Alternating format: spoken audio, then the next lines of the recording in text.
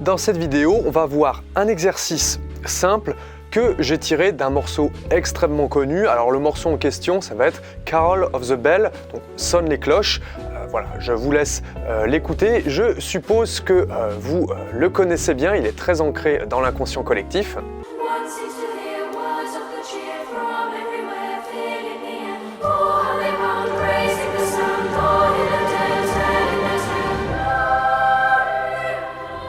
Alors, il faut savoir que ce morceau, eh bien, c'est un morceau ukrainien qui a été écrit au début du XXe siècle et voilà, il a été chanté, il a été joué en 1916 pour la première fois dans le but de célébrer la nouvelle année. Voilà, c'est un hymne à la nouvelle année qui commence. Bon, à l'heure où je fais cette vidéo, on est au mois de février, voilà, on est quand même au début de 2026 et puis on est en hiver, ça va, c'est très chant d'hiver, chant de Noël. Et en fait, il y a un petit ostinato, un petit motif qui se répète au début du morceau et j'ai isolé ce petit motif et puis j'en ai fait un exercice. On va voir à quoi correspond ce motif. La partition de l'exercice peut être téléchargée dans la description, hein, je vais vous jouer l'exercice bien sûr.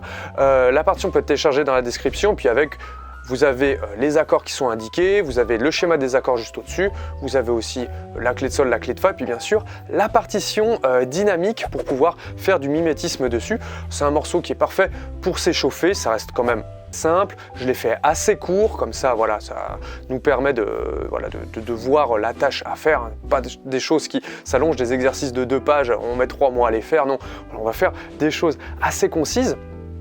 Et puis avec cela, vous avez bien sûr un enchaînement d'accords à la main gauche sur cet exercice qui va aussi être très intéressant. Voilà, on va l'étudier en deuxième partie de vidéo, à quoi ça correspond harmoniquement, mais simplement pour la coordination des doigts, voilà, on va avoir un passage d'un accord à l'autre qui est très intéressant avec une descente de basse comme d'habitude et on va pouvoir se faire plaisir là-dessus pour le coordonner avec notre main droite bien évidemment. Donc première partie de la vidéo, on regarde un petit peu comment placer tout ça avec nos mains, puis après analyse harmonique. Et puis si vous voulez des cours individualisés en visio avec moi, eh bien les liens sont dans la description pour avoir accès à mes formations, mes logiciels, pour pouvoir développer des automatismes solides, pour pouvoir jouer les partitions à la première lecture, que ce soit du jazz, du blues, de l'improvisation, etc., etc. Allez, c'est parti, je vous joue l'exercice, puis je vous joue le morceau aussi. Allez, c'est parti.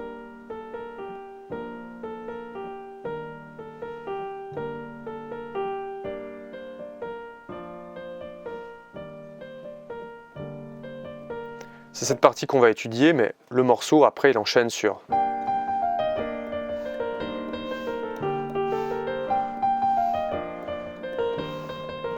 Ok ?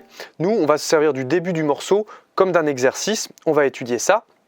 Donc, nous avons à la main droite ce petit motif avec les doigtés que j'ai indiqué sur la partition. Donc, ça va nous faire 3, 2, 3, 1.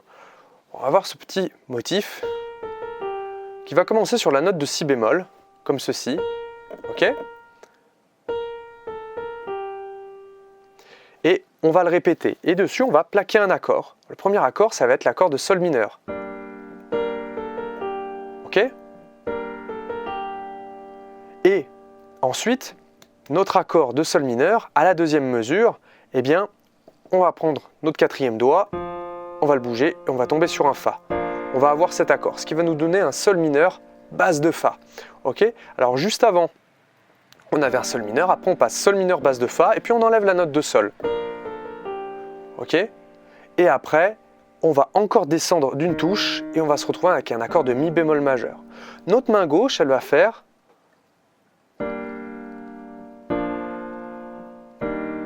ok ? Et après, on va encore descendre d'une touche. On va le voir, hein, le morceau est construit sur la gamme de sol mineur mélodique, sol mineur naturel, excusez-moi. Et donc, on va avoir cette notion de basse, note la plus grave de l'accord, qui va descendre sur la gamme de sol mineur. La gamme de sol mineur, c'est celle-ci, ok ? Sol mineur, excusez-moi, la gamme de sol mineur c'est celle-ci, je vous joue la gamme de si bémol majeur, c'est un relatif majeur, mais c'est la même touche. Donc, gamme de sol mineur c'est celle-ci, et on va bien rester sur les notes de la gamme de sol mineur. Le fa fait partie de sol mineur, le mi bémol fait partie de sol mineur, et le ré fait partie de sol mineur, ok ? Donc, je suis ici, et je descends comme ça.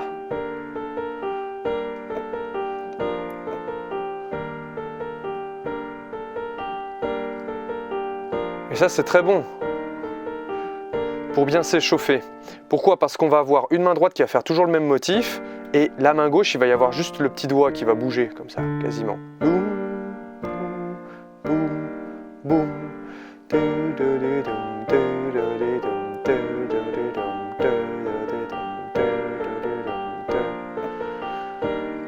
ok? Et ça, pour s'échauffer. En plus, le motif est assez hypnotisant. Après, on arrive à la mesure 5 et nous allons avoir un accord de sol mineur. On revient, les accords vont être les mêmes à la main gauche, mais le motif de la main droite, au lieu de commencer sur un si bémol, il va commencer sur un ré. Mais ça va être le même espacement de notes. On va avoir la même rythmique et pas vraiment le même espacement de notes puisqu'on est sur un enchaînement de secondes majeures, mais on va avoir la même rythmique avec des notes conjointes par rapport à la gamme de sol mineur. En fait, toutes ces notes-là, elles sont collées les unes aux autres par rapport à la gamme de sol mineur, ok? C'est pour ça qu'on dit qu'elles sont conjointes. Alors que juste avant, notre motif, il faisait comme ceci. Eh bien, on avait les notes qui étaient collées les unes aux autres par rapport à la gamme de sol mineur. Cette gamme-là, toutes ces notes-là, ok? Et donc, on va jouer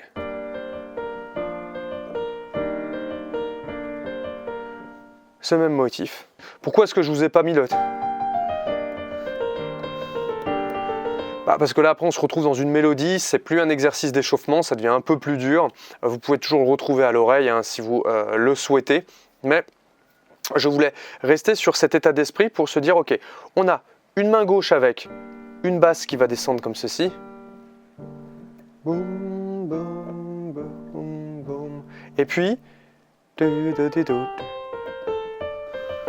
ce petit motif obstiné. Alors là, je le fais monter, hein, comme ceci, mais on pourrait très bien, ce petit motif, le faire ici. Ça sonne un peu moins bien, mais c'est dans l'idée, quoi. Ou ici. Ouais. Ou ici. Ou ici. Ça sonne beaucoup moins bien, évidemment, mais on reste dans cet état d'esprit. Ah, c'est la classe.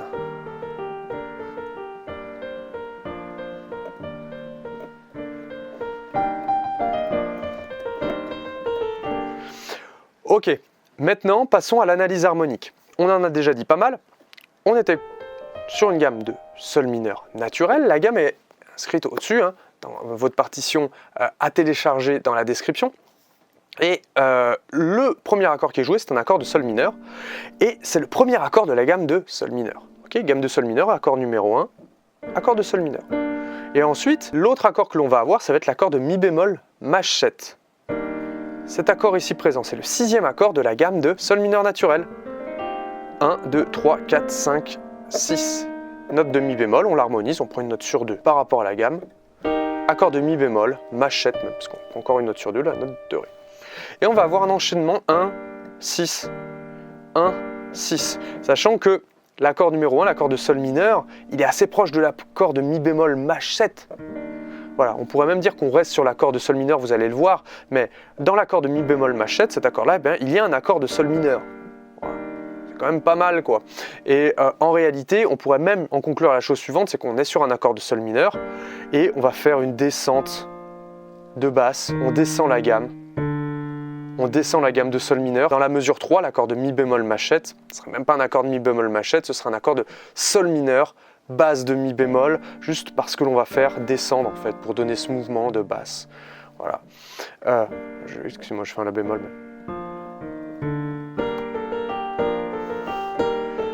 Mais c'est juste que, voilà, de cette manière, on entend quand même un peu un accord de mi bémol maj 7. C'est pour ça que je l'ai indiqué de cette façon. Et c'est fou de voir à quel point la basse est importante et à quel point la basse fait un effet sonore puissant quand on la fait descendre avec les notes collées les unes aux autres, hein, diatoniquement, ce qu'on va appeler, c'est-à-dire les notes collées les unes aux autres par rapport à la gamme, c'est diatonique. Quand c'est collé les unes aux autres purement de sol à sol bémol, à fa, à mi bémol, là on va dire que ça va être chromatiquement, mais là ça va être une descente de basse diatonique. Diatonique, c'est que quand on se réfère à la gamme, quoi, c'est des montées diatoniques, on fait une montée de gamme, voilà, les notes, ça va pas être toutes les notes collées, toutes les notes, mais de la gamme diatonique, ok. Donc, je descends comme ça, et ça peut nous pousser à expérimenter lorsqu'on improvise ou que l'on compose. On peut prendre un accord de, allez, Fa majeur, Fa machette, Fa majeur, allez. Pourquoi pas?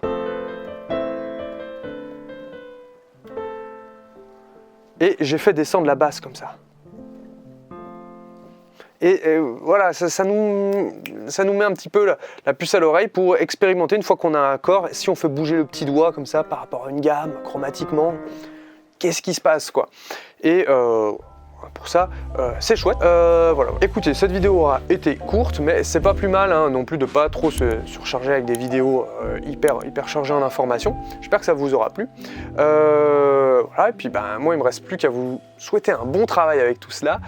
Et puis je vous dis à bientôt pour une autre vidéo. Salut à tous!